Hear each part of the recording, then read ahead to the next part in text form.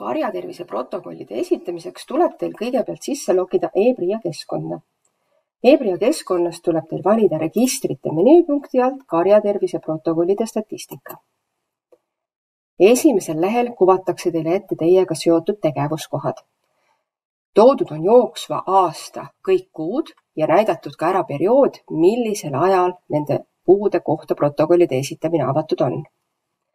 Kui olete saatnud EPJ-ist läbi liidese andmed PRIA-sse, siis on kuvatud vaikimisi nupp Muuda protokolli. See tähendab, et varasemalt on andmed juba siia ära saadetud. Kui andmeid saadetud ei ole ja protokoll on tühi, siis on võimalik ka käsitsi alustada protokolli sisestamist. Ja kui on protokoll juba esitatud, siis on võimalik ka esitatud protokolli juba vaadata.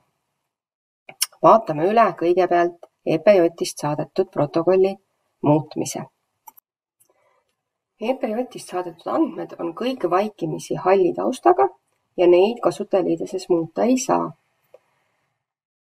Juurde tuleb valida need andmed, mida EPJ-ist koostatud protokollis täidetud ei olnud, näiteks nagu kasutatav lüpsisüsteem, vetarsti nimi ja millal reaalselt vetarst visiidi tegi. Kui EPJ-ist saadetud perioodi keskmine loomade arv ei ole võrdne PRIA loomade registris oleva keskmise loomade arvuga, siis need erinevused on toodud esilehel. Andmed tuleb korda teha kas siis loomade registris või EPJ poole peal. Kõik need leheküljed, mis on EPJ-ist ka saadetud ja kõik andmed on täidetud, on vaikimisi juba märgitud rohelise taustaga. Kõik andmed, mis on puudu EPJ poole pealt, tuleb siin salvestada või siis märkida, et see näitaja selle konkreetse perioodi kohta, selle tegevuskoha puhul ei kohaldu. Protokolli esitamiseks tuleb täita kõik olemasolevad tabelid. Süsteem kontrollib ka seda, kas sisestatud väärtused on loogilised. Näiteks protsendi väljale ei saa panna numbrit, mis on väiksem 0 või suurem 100. Sellisel juhul kuvatakse koheselt veateade.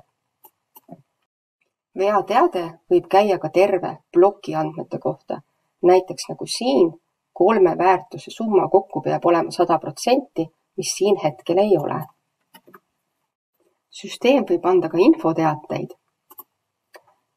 Näiteks sisestades väärtuse, mis erineb enam levinud väärtustest, kuvatakse mitte sekkuv teade.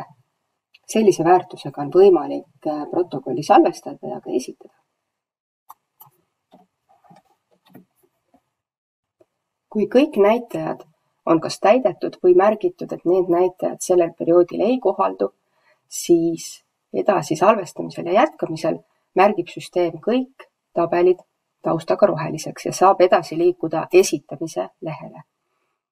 Esitamise lehel on ainukene võimalus siis protokolli esitada. Pärast protokolli esitamist toob süsteem teid uuesti tagasi esilehele ja selle konkreetse kuu ja tegevuskoha protokolli taha ilmus nupp Vaata protokolli ja siia tekkis ka esitatud staatus ja ka esitamise kuupäev. Nüüd on võimalik juba esitatud protokolli ka vaatama minna. Tuletan meelde, et perioodi keskmiste loomade arvu erinemise olemasolul protokolli esitada ei ole võimalik. Kui numbrid klapivad, siis on võimalik protokolli esitada. Kui EPJ-ist protokolli andmeid ei olegi plaanis PRIA registrisse saata, on võimalik protokoll sisestada ka käsitsi. Selleks tuleb vajutada sisesta protokoll nuppu ja loomade registrist päritakse perioodi keskmised loomade arvud vaikimisi ette. Ja kasutajal tuleb siis kõik tabelid ise käsitsi täita.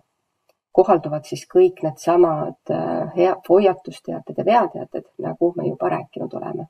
Ja kui kõik andmed on täidetud või märgitud, et see konkreetne tabel või konkreetne näitaja selle farmi ja selle perioodi kohta ei kohaldu, siis on võimalik juba edasi liikuda esitamise juurde.